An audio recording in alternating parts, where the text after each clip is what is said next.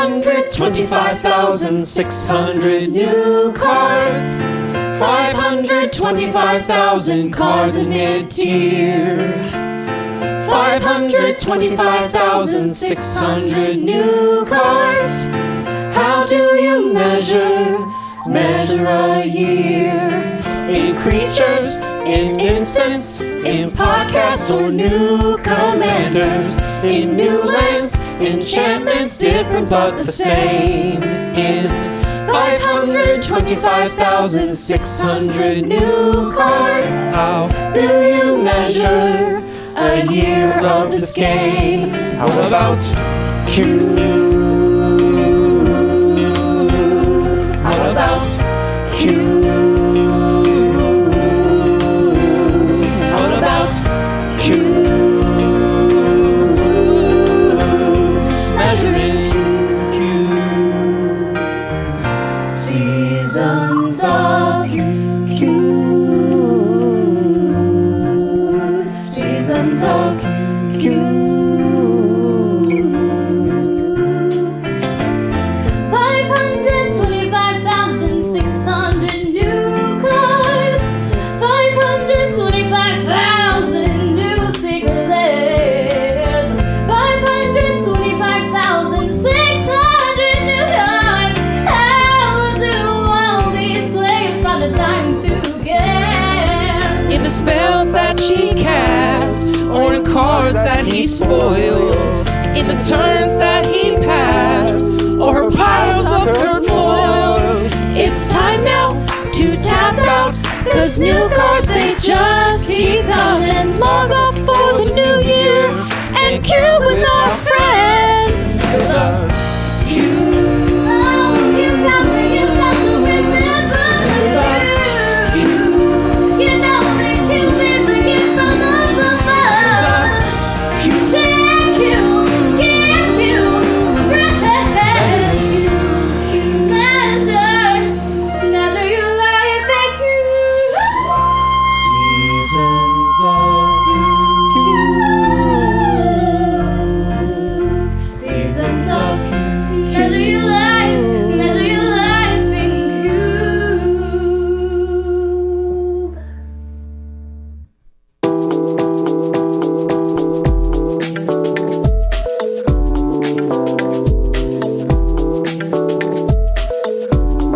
All right, let's actually get to the show. Hello, everybody, and welcome to Lucky Paper Radio, the last Lucky Paper Radio of 2022. I'm Andy, and I'm here, as always, with my co-host, Anthony. The ham appreciator has entered the chat, Maddox.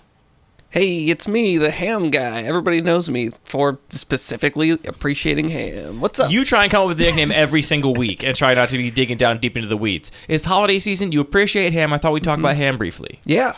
My mom said she would get a whole country ham, like a cured ham maybe for Christmas. What make a ham a country ham? It's like a cured ham, like a prosciutto, but it's different styles depending on the region it's from. Okay, is all ham not cured? No. Let's talk about ham later. This isn't ham chat. Like the prosciutto versus like a honey baked ham. But you said country ham, not prosciutto. Right. So country ham is the cured ham, and city ham is the baked ham. Right? You would think you'd have to cure it to get it all the way to the city, because the pigs live in the country. Look, I'd flip it, is what I'm saying. I'm a ham appreciator. If I was in charge of big ham, I would flip it. Not a ham etymologist. All right, fine. We can stop talking about ham. Maybe I did get it wrong. If I did get it wrong... No, I don't think you did. I don't know. Tweet at me. I highly doubt it. Nobody tweeted Anthony about ham. You're not allowed. What? Okay. I'm not permitting it. You're the Twitter police? Just the corrections police. Okay, sure. Yeah. Okay. Fine, we can stop talking about ham. You win. Instead, we're going to do our end-of-year wrap-up episode today. So every year on the website for the past 4 years now, we have done I think it's 4 years. 4 years. We've done a Cube in Review article where we ask people from around the community to weigh in on a couple different questions about Cube, what their Cube hit of the year was, their Cube miss, favorite card, etc., etc. And so we're going to talk about those questions on today's episode, answer those, and also just talk about the year in general. Do a little retrospective, Anthony. Yeah, it's been a big year for Magic. I think it's actually been a huge year for Cube, and I'm excited to, I don't know, get on to the next year. Has it been a big year for Magic, or just a year where all the graphs went up? The graphs did go up. And Magic literally got a lot bigger this year. Yeah. Yeah, I mean, I don't know if you want to just get right into it, but Magic really did get a lot bigger this last year. MTGDS on Twitter, who does a lot of, sort of data sciencey stuff. Does a lot of DS. Does a lot of DS with MTG. Tweeted something about, like, just the amount of new stuff, and it was, like, hundreds of new commanders, which accounted for some, like, insane proportion of the new commanders, or insane proportion of all the commanders ever just printed in the last year. And that sort of inspired me to go do a little bit of digging for myself, because I wanted to see just how these numbers had changed over time.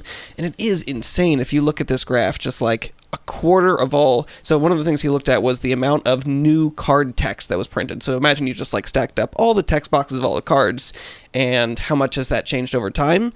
And it's insane, this graph. A quarter of all the cards rules text has been printed in the last 2 years. If this trend continues, I mean, it can't. We'll all it be can't. Magic cards It's in all 4 going years. along. It's pretty steady. It's grown a little bit in the last 2 years. All the It's known just matter in the spiked. universe will be Magic cards. Yeah, probably, yeah. Mm-hmm. Now, it might sound like we're just telling the exact same story we told from the last episode of the podcast, where we We also already talked about this. graphs, but you've been making more and more graphs. You haven't stopped. So there's also new graphs you've made. You've made graphs of word count in people's cubes. You've been doing all kinds of... Basically, you just like set up some new tooling for yourself, and you've been enjoying playing around in the space. Yeah, it's actually, just once you have a little bit of stuff set up, it's just like, oh, here's my function for binning data, and then counting some different data and loading the bulk data from Scryfall. You can just plug things around and see how graphs look. It's pretty cool. You're a real man with a hammer, but instead you're a man with a Scryfall with a toolkit. computer. And I might even go ahead and open source some of those in the next couple weeks. So, if you're not super comfortable writing JavaScript, but maybe if you have the function that says load data and the function that says output CSV, and you just want to plug in bin, group, graph, might be something interesting for you. Watch this space for open source software. Yeah. Should we just dive right in with our cube hit of the year, Anthony? Sure, let's do it. So, I feel like the spirit of these questions is very much geared towards, what's the best set? What's the best new cards? I'm just going to be upfront that I might want to talk about a little bit more abstractly, sort of what the Cube community has been like in the last year. It's almost as if the first question is literally not set or card. It's literally open-ended. Okay, perfect. That's great. why I worded it that way. Just want to make sure. So go ahead. All right, well, okay, so my Cube hit of the year, I think this is very obvious and straightforward to me, was CubeCon. Yep, that's what I have written down here too in my copybook. So then we're perfectly in the spirit of these questions. I didn't realize I was doing it right. Yeah, CubeCon was the first time that an event like this had happened. It was this huge gathering, not huge gathering, it was about 200 people coming together in Madison, Wisconsin, playing a lot of cubes. If this is not your first episode, you've probably heard us talking about it.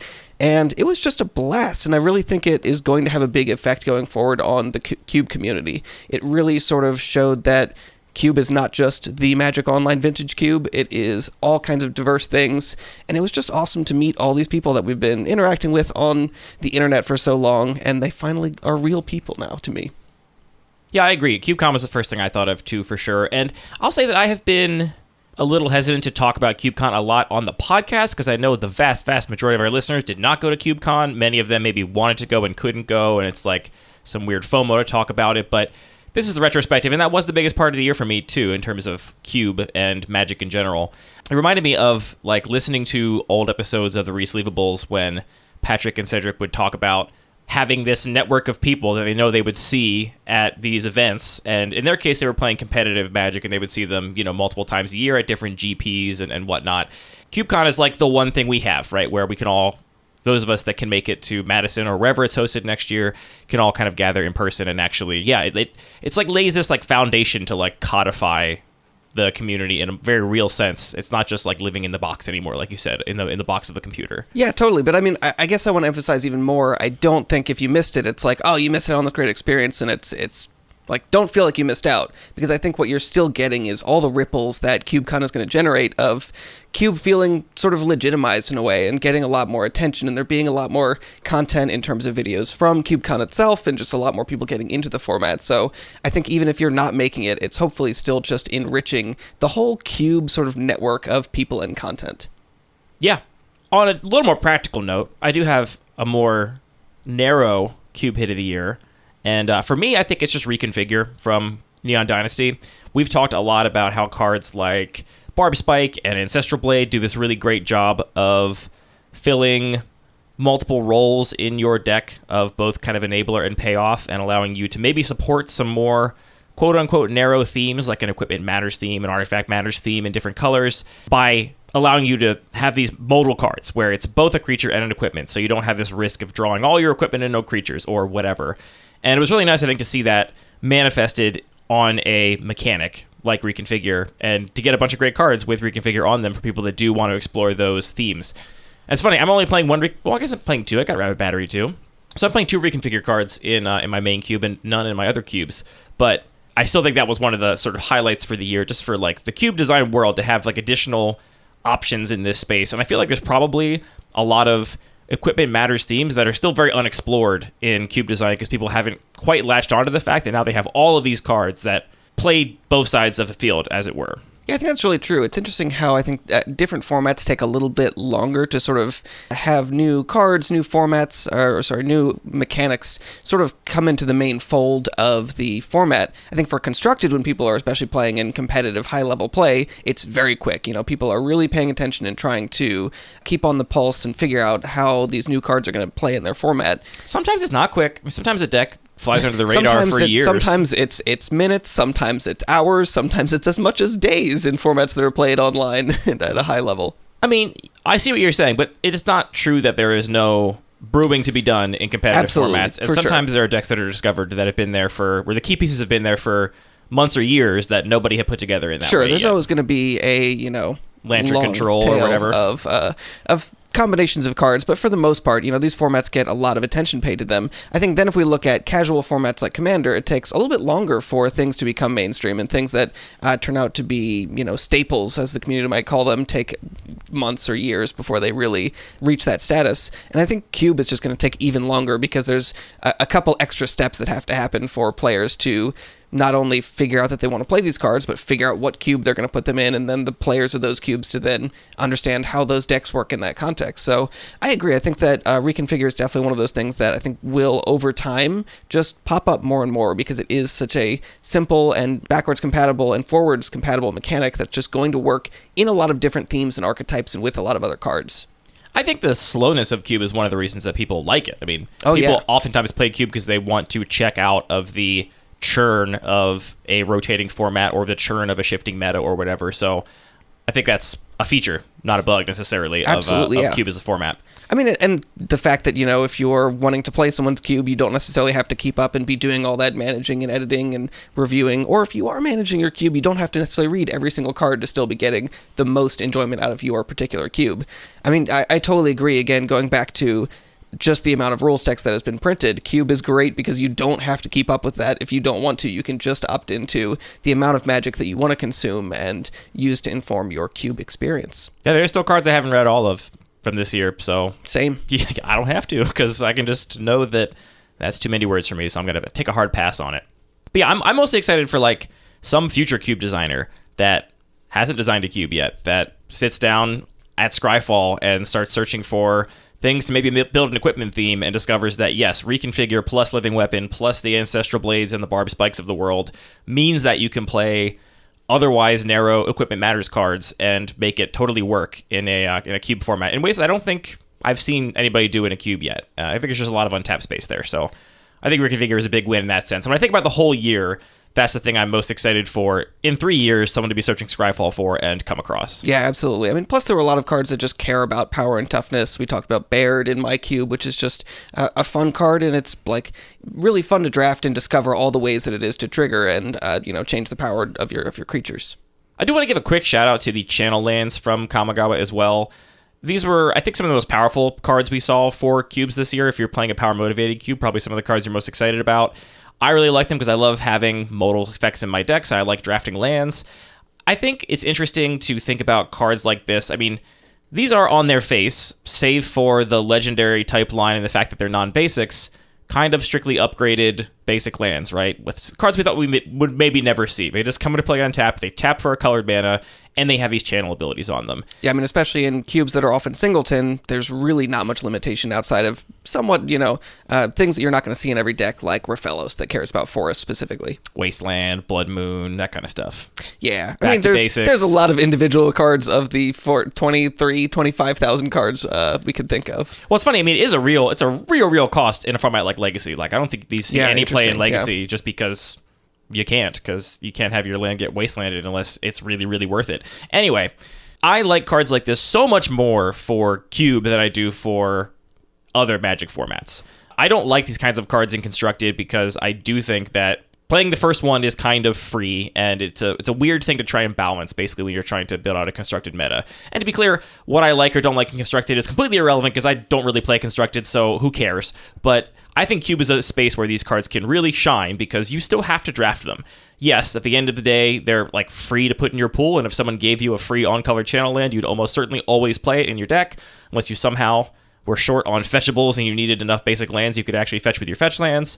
But having to actually draft that card, I think, introduces a fun tension into how much you value having these modal effects. And I know a lot of Cube designers don't like them because they're like, well, 80% of the time this is just going to be a swamp.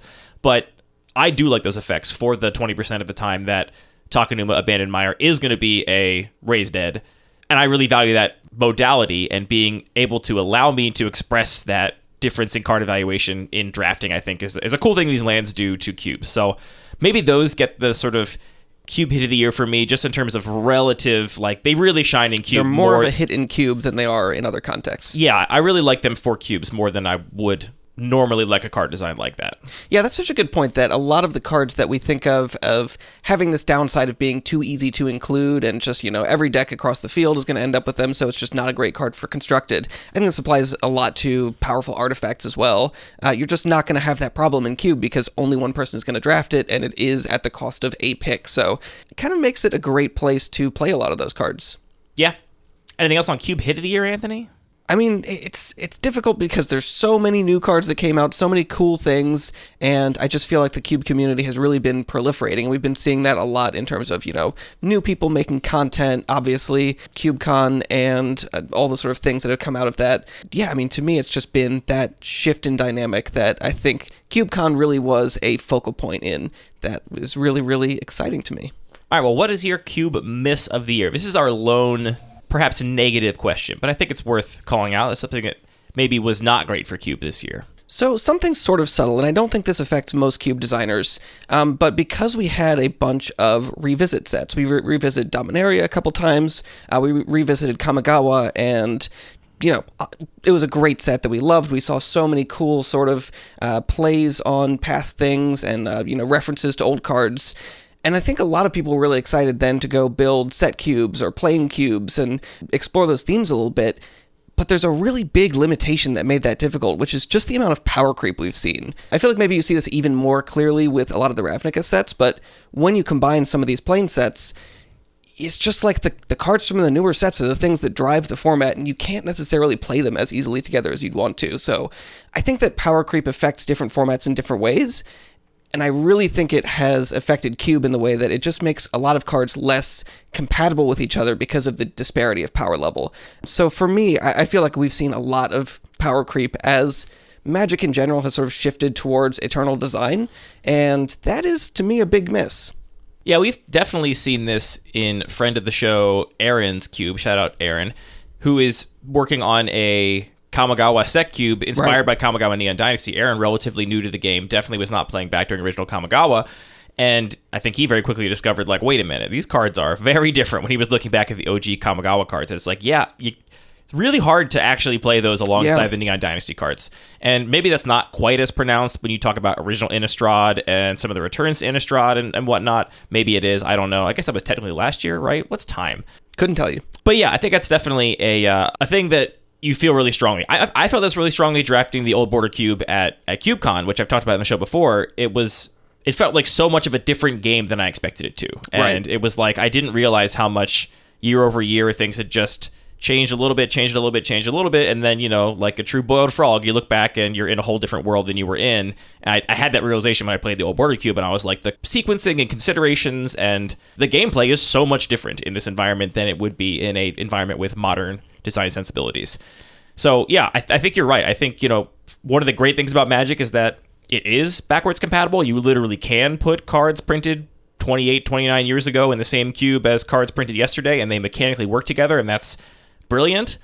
But as modern R&D changes more and more and gets power crept, and power creep is a whole thing, right? And I think Mark Rosewater's episodes of Drive to Work about power creep are really interesting to listen to, and we've already referenced his Designing for an Eternal World episode of Drive to Work, where he basically talks about the fact that power creep used to be a thing that would basically cycle through. Like, standard's going to rotate out, so in this standard block, we're going to push removal a little bit, and this next standard block, we're going to push creatures, and then we're going to push artifacts, then we're going to push enchantments, or we're going to push aggro decks or control decks, and they would just kind of always be cycling through them, so that it wasn't like when you look at a control deck from 1998 and a control deck from 2007, they were radically different because it wasn't just a straight up and down. It was like a sine curve, basically, over time. That strategy, combined with the standard format in general, was honestly just a brilliant solution to keeping the game backwards compatible and not having power creep, because it always felt like there was some power creep because something is stronger than the previous season. Something is always accelerating. Right. But people just ignore the things that are weak. They're like, oh, well, that's not a good card. I'll talk about the quote-unquote good cards. And that becomes the focus of Standard, becomes the focus of Limited, becomes the focus of all the Magic talk,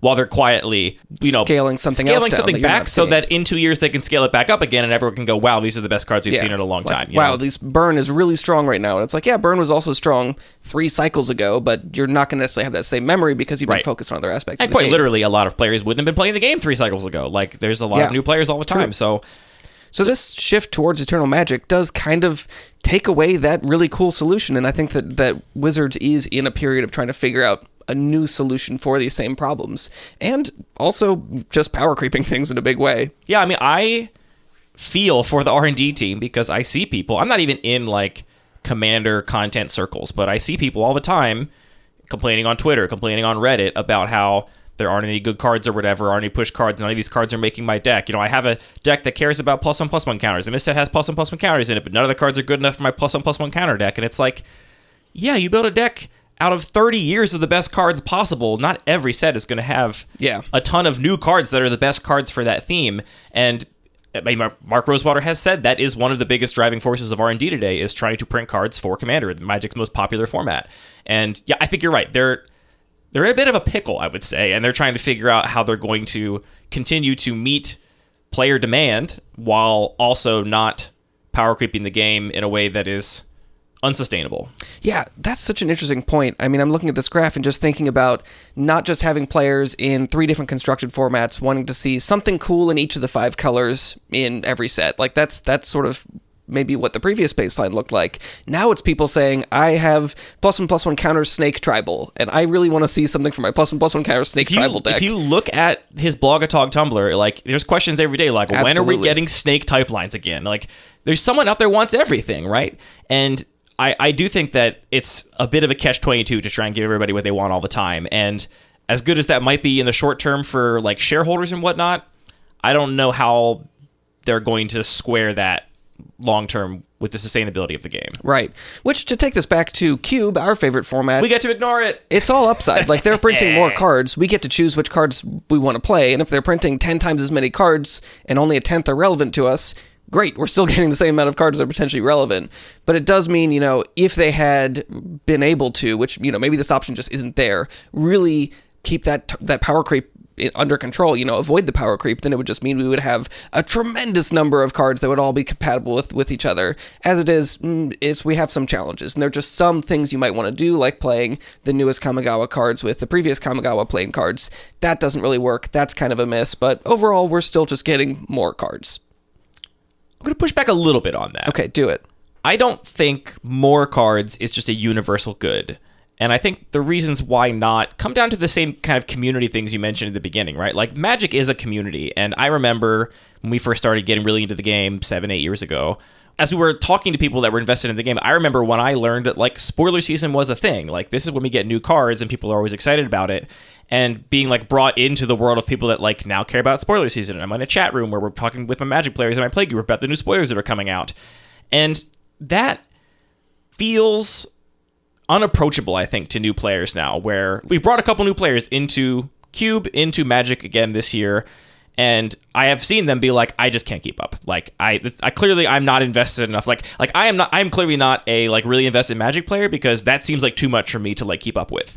And that, I think, is a negative. And I think it's nice to have the broader Magic community focused on a thing we can all share. Like, if you imagine they printed 150,000 Magic cards every year, sure, there would be a wealth of cards for a million little fractured communities to go off and do their specific EDH deck, their specific cube, their specific whatever.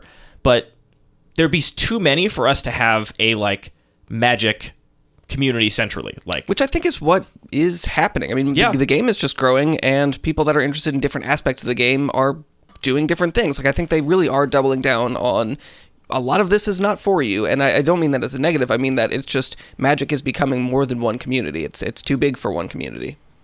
And I don't know if that's universally a good thing. I like the game as a communal tool, and sure, I do think fracturing that community more is not necessarily great. Sure. I mean, I'll say for myself and my own experience of the game, and I don't know how to disentangle just the fact that I've been playing longer from this experience, but I've definitely dropped off of paying attention to spoiler season and dropped off of trying to complete every, new set, collect all the rares or the mythics or whatever. And part of that is it does just feel like there's too much. This is no longer feasible for me to scratch that itch of being a little bit of a completionist about collecting new sets. So I'm kind of just off it. I'm going to get the couple cards that are interesting for Cube, whatever I open from a couple limited events, but yeah, I mean, I've definitely dropped off in terms of collecting. I've dropped off in terms of paying attention to spoiler season because, hey, I can just look at spoiler season next week. I can just check in and out as I want, or, don't, as is increasingly the majority of the time. And that just means I miss a lot of stuff. I think it's happened to a lot of people. And that is the part that I think is the negative of printing so many new cards, so many new sets, so much complexity, is that everyone just kind of checks out and is like, well, I can't keep up with Magic and have that be like a thing I'm universally interested in anymore because I don't have the bandwidth. So I literally have to just care about the things I care about. And that means I don't have a conversation I can have with the people playing Standard at my LGS or the people playing a format I don't play, online, because we don't have any common ground anymore. Okay, but just to check myself, is this real? Because I also feel like, when I was getting into Magic, the people that I was looking up to and listening to limited advice, they'd be like, well, yeah, I don't follow spoiler season because I've just been playing Magic long enough. Like, that sort of thrill is no longer there. And so maybe it's just that I don't remember that at all, but who knows? Different experience, maybe. So I don't know. I mean, there are a lot of confounding factors in what my experience is, and I don't totally trust my own perceptions here, but that is what it feels like to me. It does just feel like a tension to me between more cards is better for Cube designers. We have the luxury to actually ignore things. I mean, I have heard from constructed players more so whose videos I watch or streams I watch that like they are just exhausted of having to evaluate cards for their constructed format, having the meta being completely upended every single set, and there's something not fun about having it change so dramatically so quickly, and that is a problem for them. We don't have that problem, right? We don't have a practical problem. We just have the emotional bandwidth kind of question of like, how invested in this game do you feel when you actually can't keep up with it? Sure. So yeah, I guess the miss of the year, it sounds like for me, maybe for both of us, is both this power creep and just this creep of there just being a lot to deal with that really, for better or worse, has changed our relationship. I mean, we're going to say worse because this is the miss section, our relationship to the game. Yeah, my other miss of the year is they finished the Triumph cycle. Oh, no.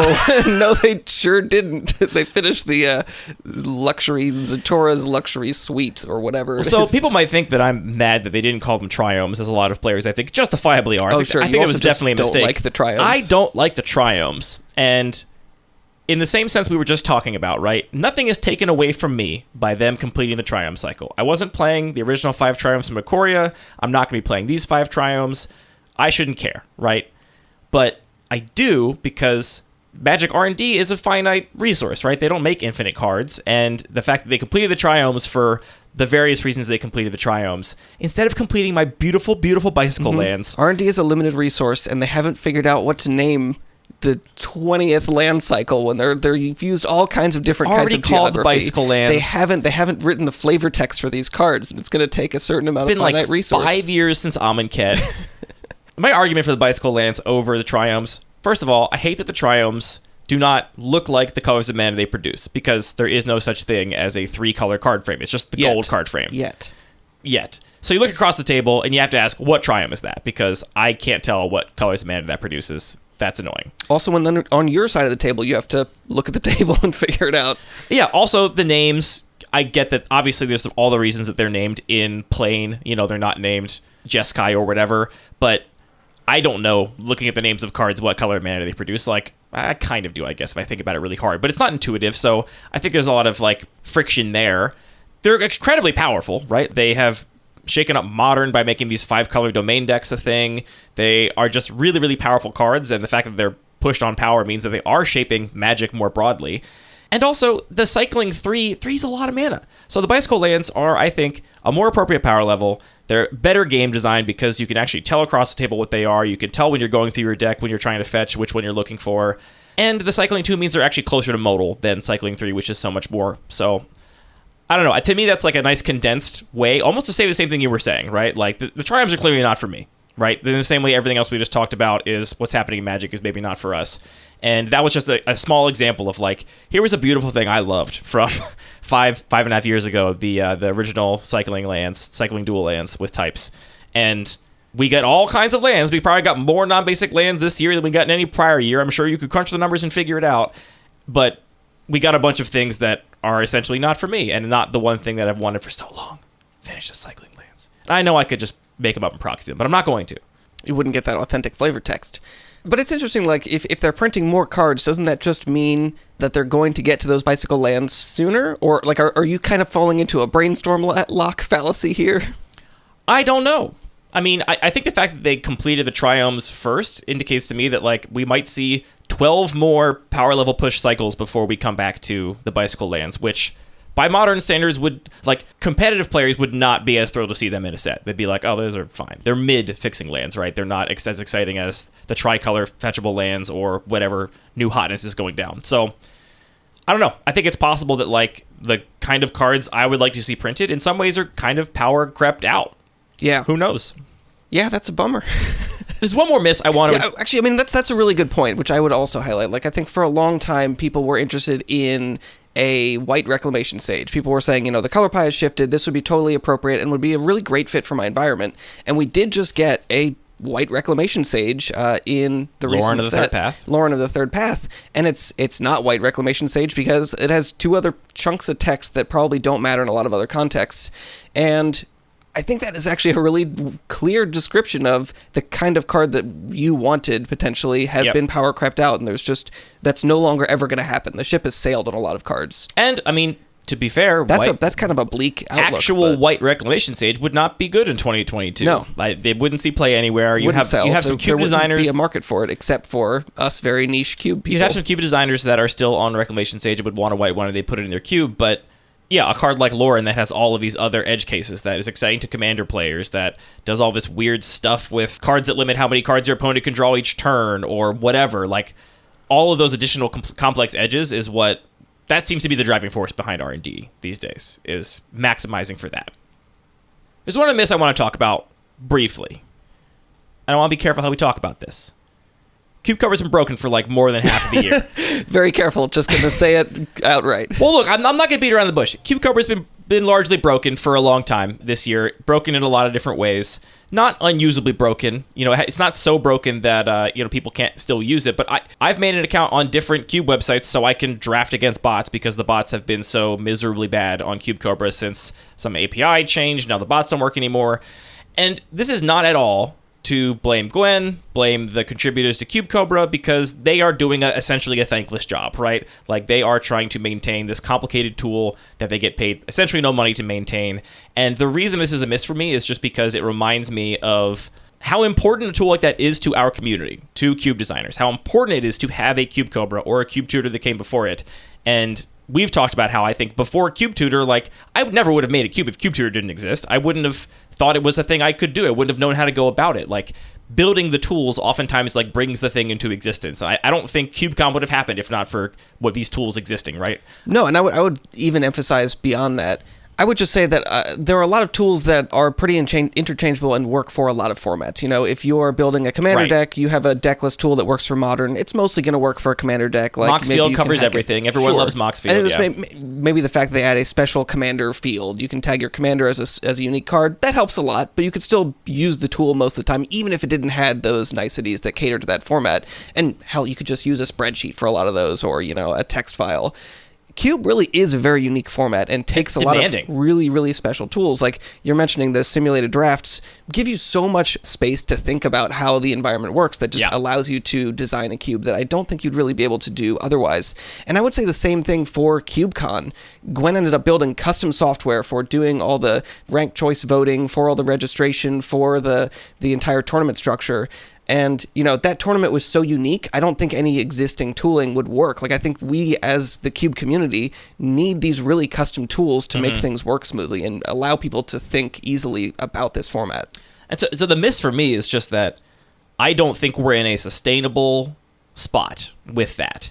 We lived through the sort of slow demise of Cube Tutor when Ben could not sustain it anymore, couldn't make changes, wasn't being able to pay the hosting bills for it. And we're obviously pretty far from that, I think, with Cube Cobra. I don't think it's going anywhere anytime soon, but I don't look at Cube Cobra and all of the sort of software we have at our fingertips and think, good, we're at a nice, healthy stasis. I think we are still at this sort of tense point where it's like, who is going to meet all of the needs of this very demanding format that is essentially played by a very small group of people, or at least designed by a very small group of people relative to other Magic formats. Right. And that's definitely a thing that bums me out. I mean, like, I genuinely feel stifled in the designing of this new neoclassical cube because I can't do bot drafts reasonably. I don't want to send links to other people to bot draft, to simulate drafts, because that's not going to be useful for them or me. Not having that tool is like, I'm kind of like shadow boxing a little bit. Yeah, I mean, I think we should say explicitly, because we might be taking it for granted because we are in this, you know, software web design space outside of doing this podcast, that designing and building websites is really hard. It takes a ton of technical work. So hard. And it's also really expensive. I'm sure Cube Cobra costs hundreds of dollars a month just to keep the servers running. And that's just all on Gwen. Gwen's got a full-time job. This is, and then it's not Cube Cobra. So I don't think it's sustainable for Gwen. I don't know if Gwen's ready to admit that to himself, but that is a miss for me and something I've been on my mind in the sort of second half of this year. So something to think about going into next year, maybe. We've arrived at the questions that Anthony hates, the sort of nuts and bolts questions. Anthony, what's your Cube card of the year? So I actually don't hate this question because I do have a card of the year. Is it Bushwhack? No, I still haven't cast that card. Okay, well, what is it, Anthony? It's Scrapwork Mutt. This card isn't that exciting. This isn't the big splashy thing that's going to define and shape formats. This is just the card that I keep coming back to as I look at other formats and as I talk with other people about, you know, oh, you've got a little discard theme over here. You got a little artifact theme. You have sacrifice. This card is just such an elegant little glue piece that ties a bunch of things together, and that's just it. It just fits in the most different contexts and is fun to play with. Great. Cool little dog. Robot dog. Love it. I struggled a little bit with this question. I didn't have an obvious winner for me. I think what I came down to is it's this real close race between Lion Sash, which I think is one of the most exciting reconfigure creatures, and gives us another incremental choice Grave Hate card. I have been struggling a little bit in my cube to figure out how to get more Grave Hate in there without it being just full-on hosing the decks that care about the graveyard. And stuff like Scavenging Ooze and Lion Sash are great because they can be removed. You have to hold up mana if you want to be able to exile something instant speed, so you have to make a choice about whether or not you think that's going to be an important thing to do next turn or whether or not you should commit your resources elsewhere.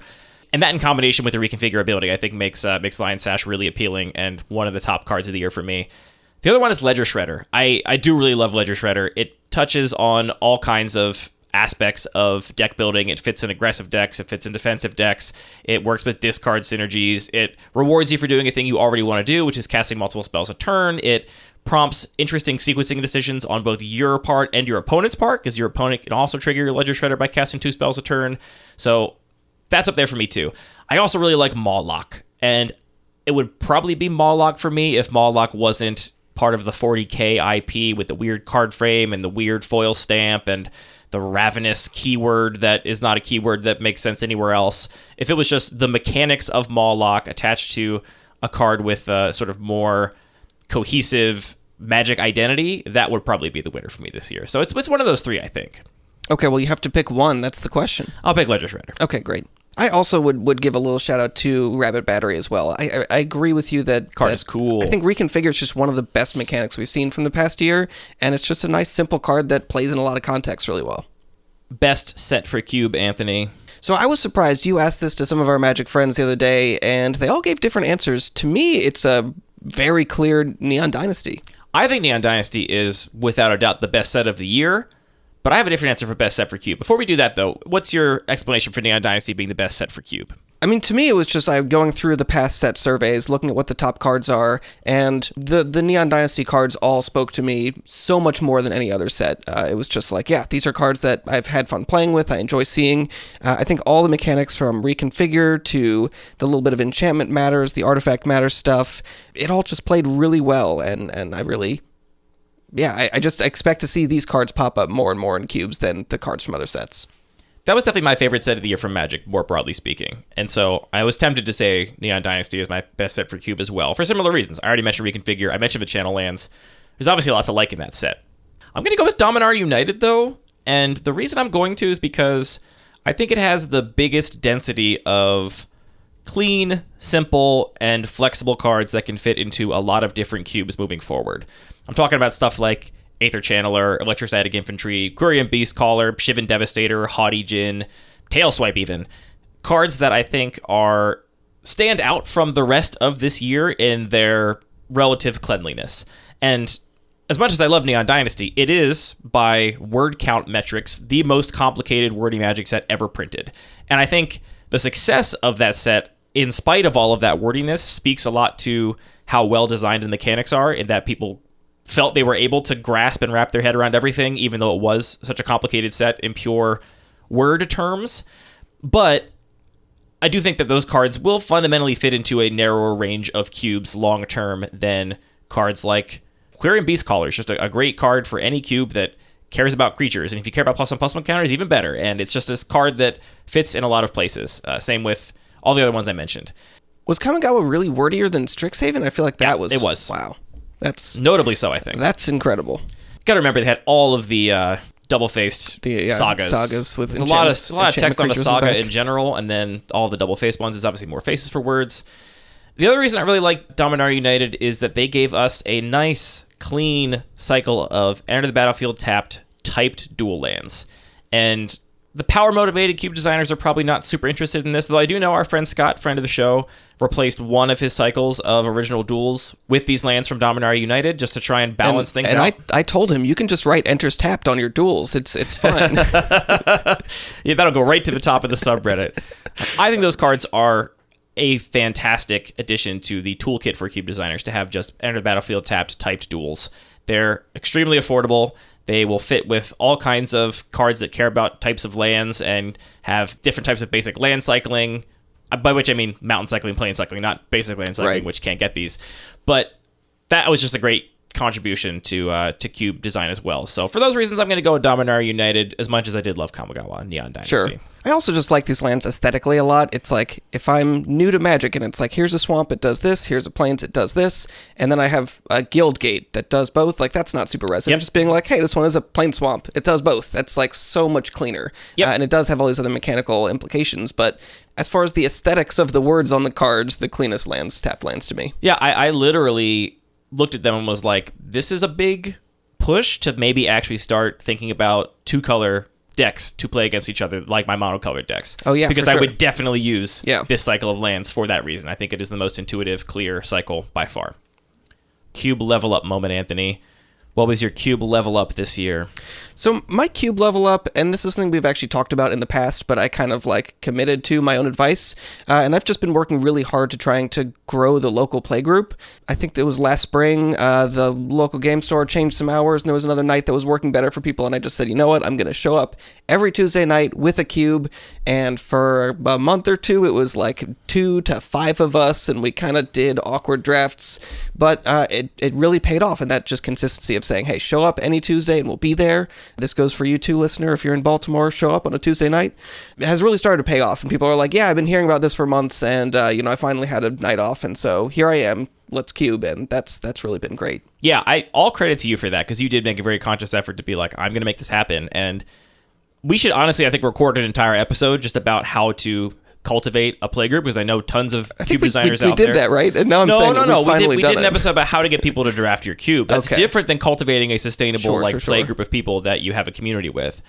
Yeah, I think that this was a really good example of putting that advice to use, and it's been really successful. We've had multiple weeks where we have basically filled 2 full pods now on a random Tuesday, where we just got 16 people to come out and play Cube.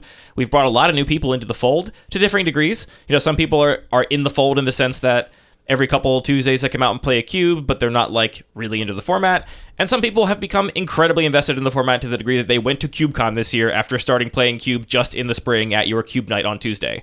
So that is a thing I would love for everyone out there listening to replicate in their own little community, because I would love to grow the Cube community for a lot of reasons. One of them being the sustainability of the software thing I mentioned earlier. If there's more people, more users out there to contribute to the Patreon and make this thing a little more sustainable, that would be great. But another reason is just that it's a format I love, and I want to share that part of the game I love with people. And so, full credit to you for that. I was hoping you were going to say that for your Cube level up, because if you didn't, I was going to bring it up. Great. Well, that means you'll get to have your own Cube level up. Yeah, mine is more related to Cube design itself, and I think this is the year that the complexity really caught up with me of Magic cards. And really was the past 2 years that we saw... Looks at graph? Well, yeah, really was the past 2 years that we saw a big uptick in the printed complexity of cards, but for me as a Cube designer, previously, I would say complexity was like a second or third order consideration for me in my Cube. It was like, does this card do something cool? Is this card exciting and powerful? Is this a card I want to play with? And if it is, I was willing to forgive a lot of complexity and just say, doesn't matter that it's got extra text on it, doesn't matter that it's a really complicated card people might not have seen because it's not in constructed formats, it's not a player limited or whatever. I was purely focused on this kind of environment where I was assuming that players were willing and able to put up with complexity in exchange for the game experience I was trying to create. And a combination of factors, one being Magic cards getting more and more complicated. The other one being that we've been playing our cubes with more new people this year than ever before. Yeah. So it's not the same, it's not 8 people from the same group of 12 that are drafting our cube every time. There's new people where it's like genuinely like, here's what a cube is like. You've never seen it before. Never listened to this podcast. Don't know what cube is. There's going to be 2 fetch lands and 3 shock lands, like doing the basic intro stuff that... And the more cards also does factor into it, even though it doesn't seem like it does. Because it absolutely does. When you're saying previously, if it was like, oh, here's the 10 new complicated cards, but everybody's read the same 10 new complicated cards, great, we all kind of have a sense of it. When it's, here's 10 of the 100 new cards, well, maybe everybody hasn't read them. So the more cards they produce, the more complexity there is in terms of the new stuff that people have to learn when approaching a new environment. Another good reason why more new cards is not universally better. Yeah. So this year, I really have been making a concerted effort to recognize that complexity leads to bad games, right? Like, if someone has to read all the cards in a pack, even though they're a reasonably invested Magic player, like, that's not fun for them. And they're going to make mistakes. They're not going to make optimal picks because they're not going to bother to read those 3 commander set cards or whatever, because it's too much mental load when also doing all the things you're doing in a normal draft. It's a bummer to have a board be so complicated that you just miss triggers and like lose games because of it, or miss triggers and have to roll back. And that's bad game design, I think. So as a cube designer, I have really put complexity to the forefront of things I am considering when trying to craft a good game experience, and recognizing that simple is better. Like, if I could have... If you could get the same fun and the same interesting decisions from less complexity, then that's overall better. Yes, is kind of what I've been focusing on. So I've got a lot of cards that I really like the play patterns of. I think they're cool and exciting just because it's like, this is not worth the complexity cost anymore. I'm really seeing that as like a limited resource that I have to use where I want to use it.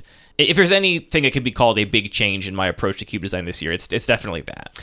Yeah, I really saw this, again, to go back to CubeCon, at that event, because people were just trying to read and understand so many new environments, but so many new cards. People that were, it's worth noting, they're really on balance, extremely invested players that know a lot of cards, have played a lot of Magic.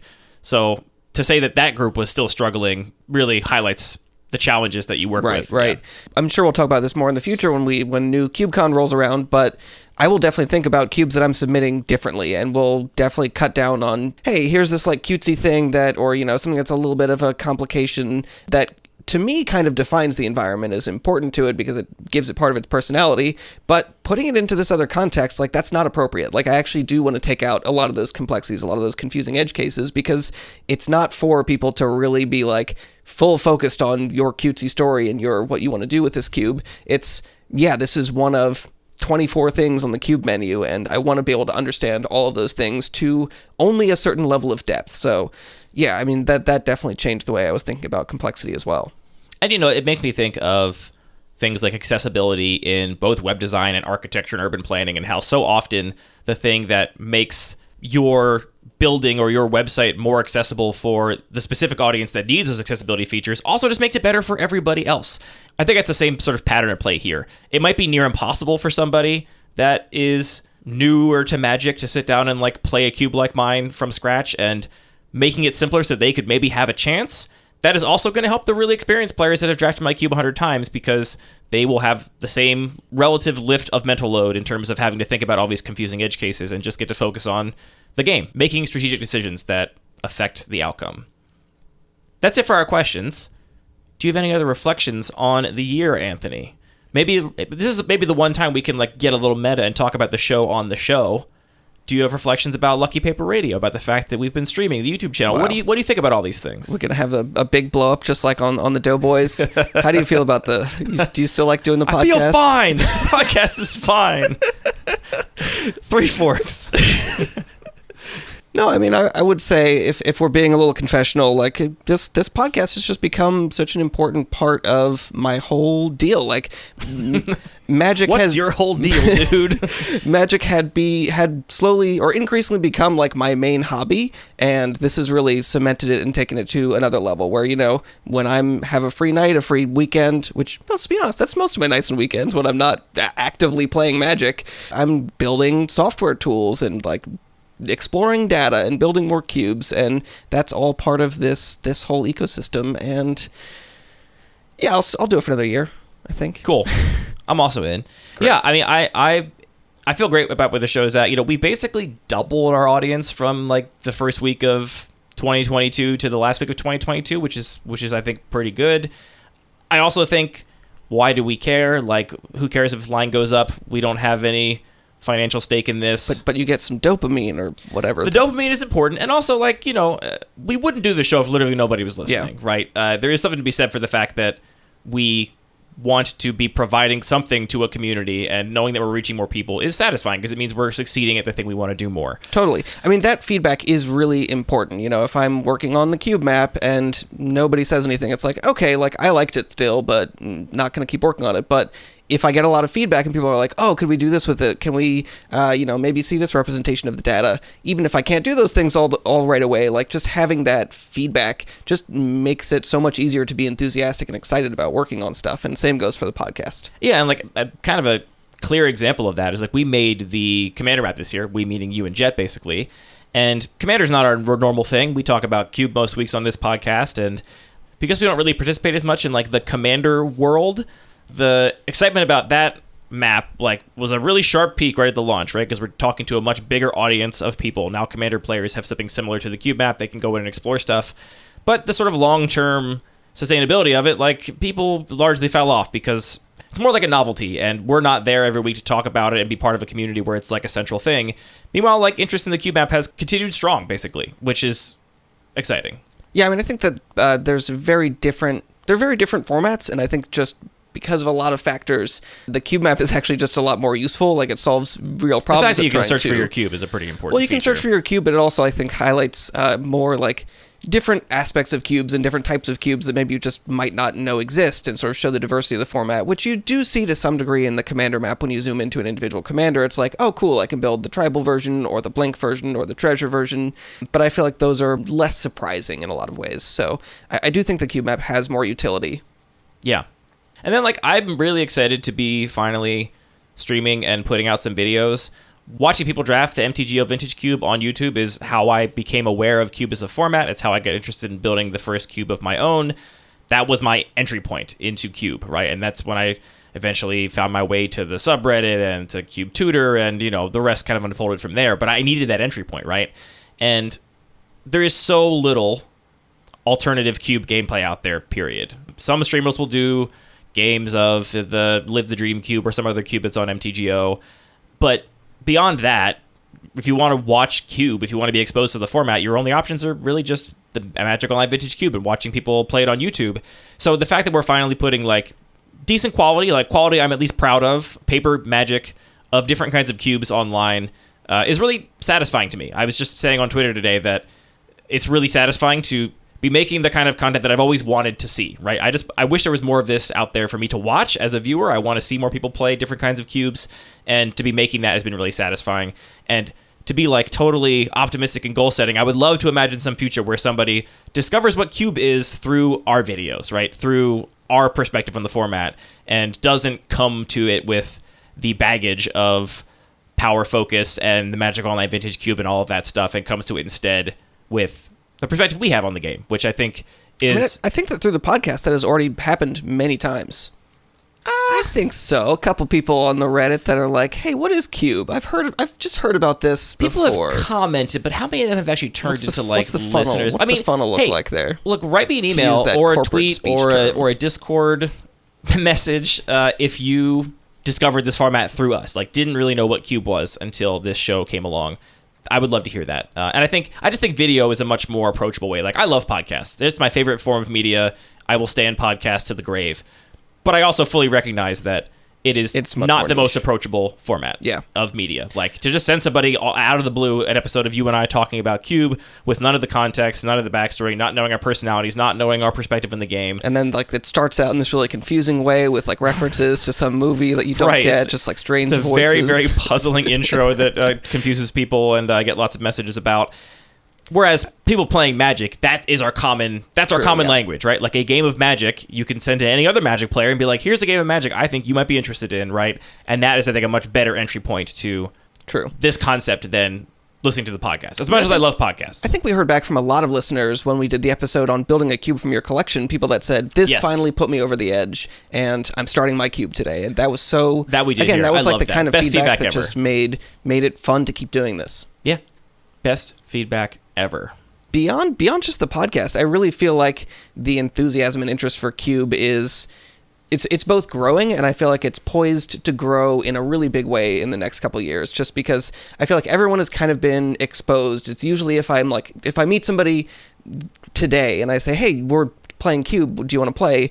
They're more likely to say "Oh yeah, I've heard about that. I haven't tried it yet, but I'm curious." More than a year ago, I think it was people didn't really have an idea. What kind of commander is Cube? Exactly. I've never seen the Cube Commander. What is that? So I feel like we're at a point where a lot of people are like, okay, I've heard about this 3 times. The 4th time somebody invites me to a Cube night, I will come. And I think that's hopefully happening not just in our local group, but beyond that as well.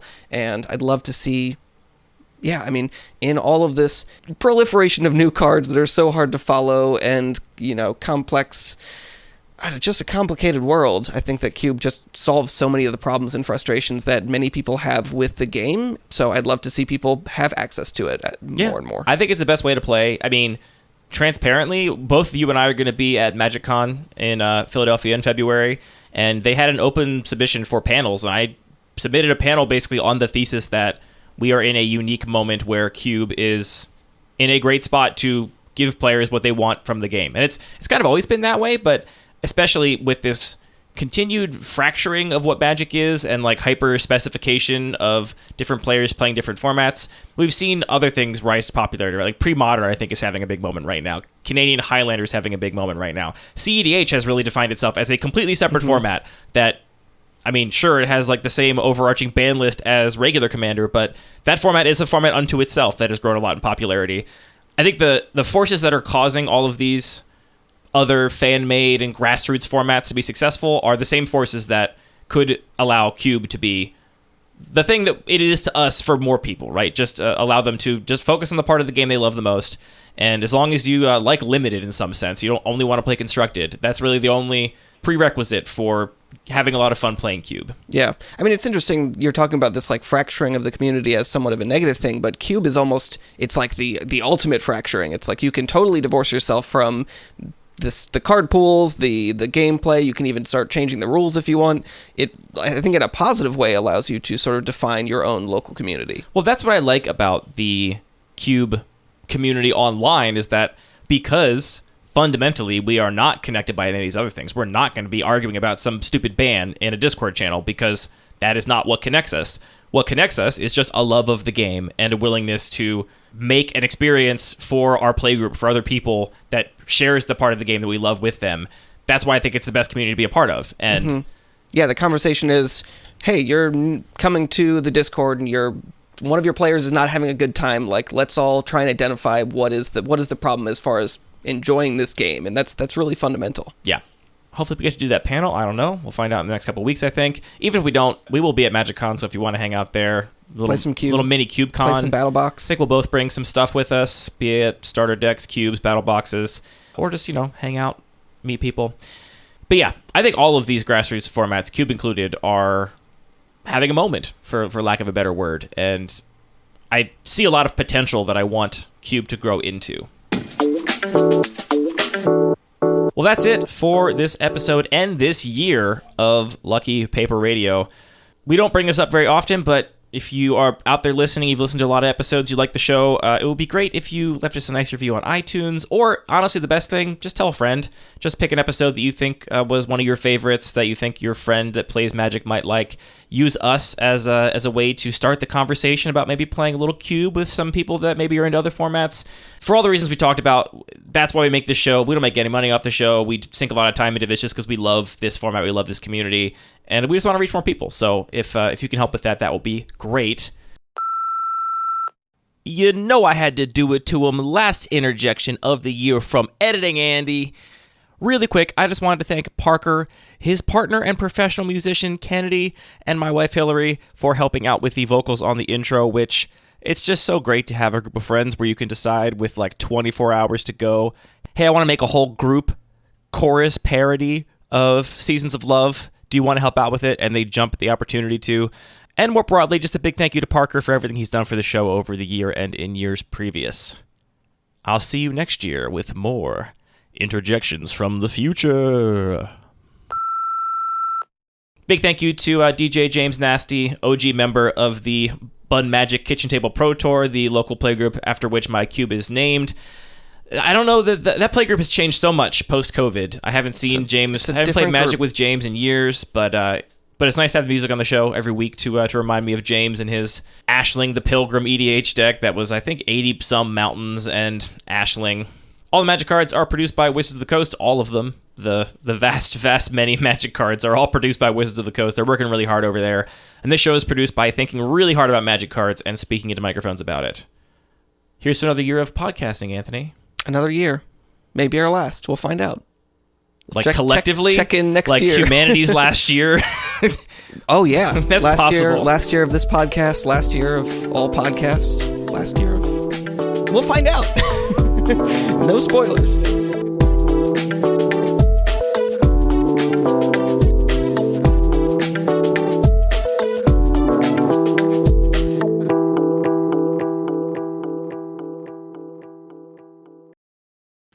You noob.